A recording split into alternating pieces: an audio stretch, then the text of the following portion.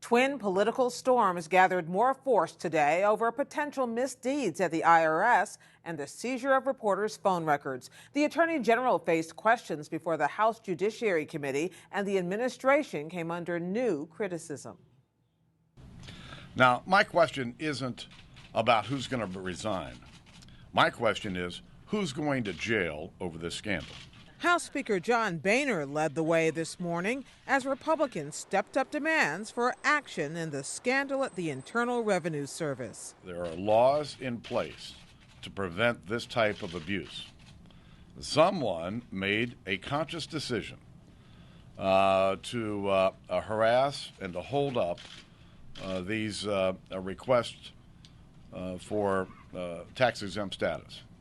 That followed last night's release of a report from the Treasury Department's Inspector General. It found the IRS used inappropriate criteria that identified for review Tea Party and other organizations applying for tax-exempt status based upon their names or policy positions. And there was more. USA Today reported that during the same period, the IRS approved perhaps dozens of applications from similar liberal and progressive groups. Mr. President. On the Senate floor, Republican Minority Leader Mitch McConnell pressed the White House to make sure the IRS cooperates fully with congressional investigations. These allegations are very serious. That there was an effort to bring the power of the federal government to bear on those the administration disagreed with in the middle of a heated national election. It actually could be criminal. And we're determined to get the answers. McConnell and the other 44 Republicans in the Senate signed a letter to President Obama demanding full compliance. White House Press Secretary Jay Carney said today the president is committed to getting to the bottom of what happened. He expects people to be held accountable if they engaged in inappropriate activity, inappropriate conduct. He expects the Treasury Department and the IRS to take all the necessary actions to ensure that this kind of thing cannot happen again. Please rise. I will begin. Attorney General Eric Holder has already begun a criminal investigation into the IRS matter, but some lawmakers see larger patterns at work. Republican Congressman Steve Chabot of Ohio. I believe there's been a pattern by this administration in not taking responsibility for failures, avoiding blame, pointing the fingers in somebody else's direction. Would you agree with that? No. I thought you might say that.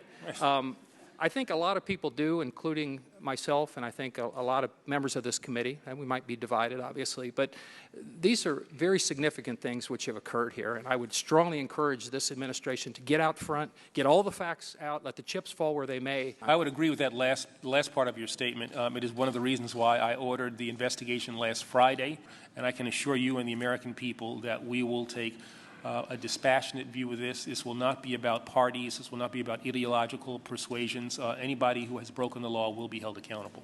Still, House Republicans have frequently accused Holder of stonewalling their investigations, even citing him for contempt. That bad blood was on sharp display when Holder's leading critic, California Congressman Darrell Issa, complained the department failed to hand over emails in another matter involving the Civil Rights Division.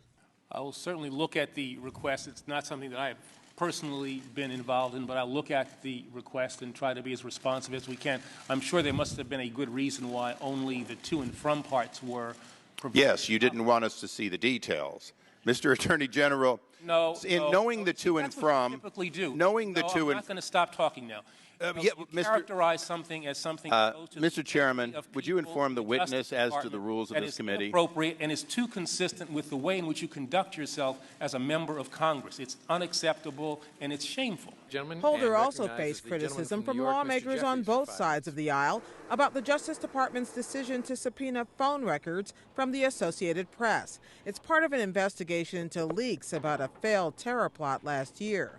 The Attorney General says he recused himself from the probe early on because he was one of the officials who had access to the information that was leaked.